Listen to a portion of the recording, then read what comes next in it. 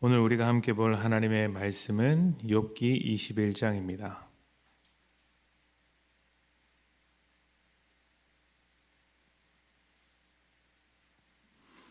욥기 21장 34절 한 절 말씀만 봉독하겠습니다. 21장 34절입니다. 그런데도 너희는 나를 헛되이 위로하려느냐?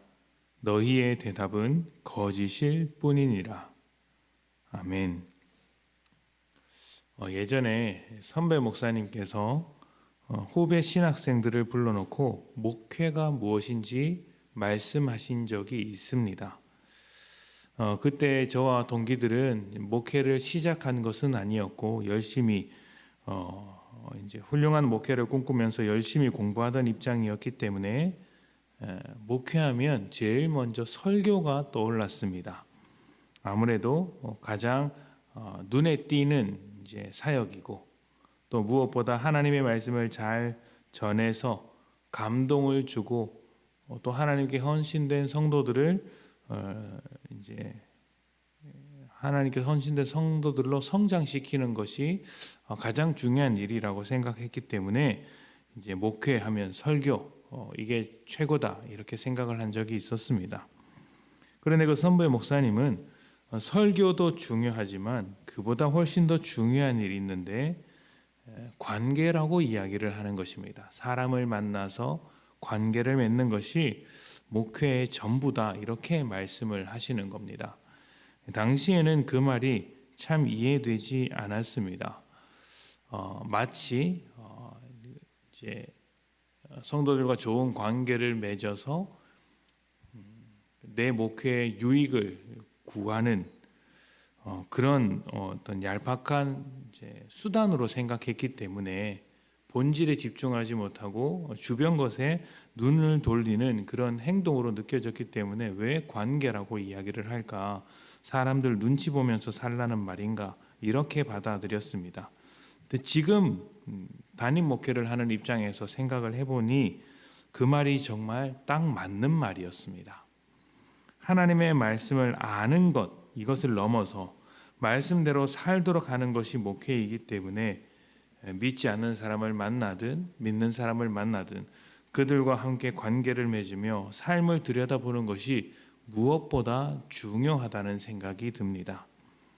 이렇게 사람을 만나다 보면 감사하고 기쁜 일도 많이 알게 되지만 어떻게 해야 하는가 이렇게 모르는 순간이 훨씬 더 많이 찾아오는 것 같습니다.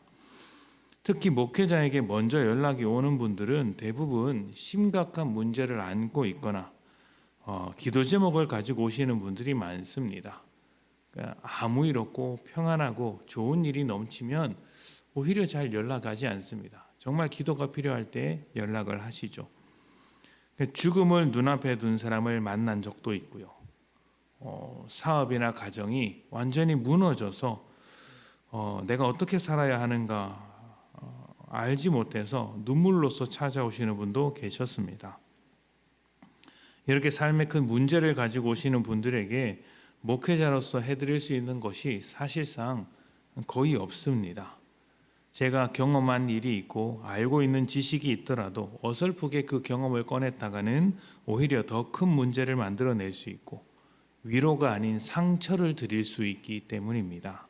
그래서 할 수 있는 것이라고는 함께 기도하는 것밖에 없구나 이런 생각을 참 많이 합니다. 모든 문제의 해결책이 되시는 하나님께 같이 울부짖는 것이죠. 제가 할 수 있는 일이 있다면 당연히 해야 하겠지만 기도밖에 답이 없구나라고 생각할 때가 참 많습니다. 어제 주일 말씀을 통해서 나누었듯이 욥은 친구들과 물러서지 않는 논쟁을 펼치고 있습니다. 한쪽은 인과응보를 말하고 다른 한쪽은 인과응보로는 설명되지 않는 부당함에 대해서 말하고 있습니다. 양쪽 모두 치열하게 대립하고 있으면서 양보하지 않습니다. 그런데 이 논쟁에 빠져서 놓치고 있는 부분이 하나 있습니다. 이 논쟁이 어떤 문제 때문에 시작되었는가, 왜 일어나게 되었는가 하는 것입니다. 왜 일어났을까요? 처음에 친구들이 욥이 당한 고난을 보고 위로하기 위해서 찾아왔고 위로하러 왔다가 싸움이 벌어진 것입니다. 그러니까 지금 친구들은 안 그래도 찾아온 고난으로 힘들어하는 욥에게 더욱더 큰 고통을 주고 있었다는 것이죠. 친구들의 주장이 옳은 것인지 틀린 것인지는 사실 중요하지 않습니다. 이미 욥을 위로하려고 했던 처음 목적을 다 잃어버렸기 때문이죠. 자기 주장을 하느라, 자기 말을 하느라 지금 욥이 당하고 있는 입장은 전혀 고려하지 않은 것입니다. 그러니 욥이 오늘 말씀에 보면 헛된 위로다, 거짓된 위로다, 왜 이런 것으로 나에게 찾아왔느냐고 한탄하는 것입니다. 어쩌면 우리 중에도 욥의 친구들과 같은 모습이 있는지도 모르겠습니다. 나의 옳음을 증명하기 위해서 상대방의 사정은 안중에도 없고 일단 싸워서 이기려는 모습들 말입니다. 목회자 입장에서 보자면 성도들의 상황을 고려하지 않고 일방적으로 말씀을 전하는 것이 될 수도 있겠고, 또 성도들의 입장에서 보자면 자기의 신앙과 경험을 앞세워서 다른 성도의 삶을 판단하고 정죄하고 이해하지 않으려고 하는 것이겠죠. 하나님의 오르심은 생명으로 증명됩니다. 하나님을 통해 우리가 살았듯이 우리를 통해 누군가가 살게 되면 그것이 옳은 것입니다. 그리고 이것을 뒤집어서 말해보자면 아무리 옳은 말을 하고 훌륭한 경험과 지혜를 가르친다고 해도 그 말과 지혜가 정죄하고 죽이는 결과를 만들어낸다면 틀린 것입니다. 우리를 살리기 위해 십자가를 짊어지신 주님과 너무 다른 모습이라는 것이죠. 십자가는 죄 없는 분께서 죽으신 자리입니다. 이것이 상식적으로 생각해 보면 굉장히 잘못된 일이라는 것을 알 수 있습니다. 죄 있는 사람이 죽어야 하는데 죄 없는 사람이 죽었으니 어떻게 그것이 옳은 일이라고 말할 수 있겠습니까? 그런데 하나님은 그 옳지 않은 일, 십자가를 하나님의 오르심에 사용하셨습니다. 우리를 살리는 자리가 되도록 하신 것입니다.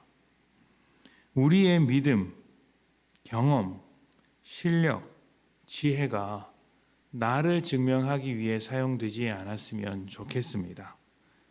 그렇게 사용하는 것이 아니라 죽어가는 영혼, 버려진 영혼, 세상에서 소외당하고 있는 누군가를 살리는데 사용되었으면 좋겠습니다.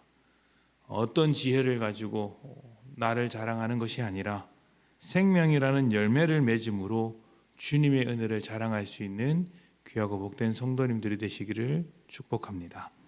함께 기도하겠습니다.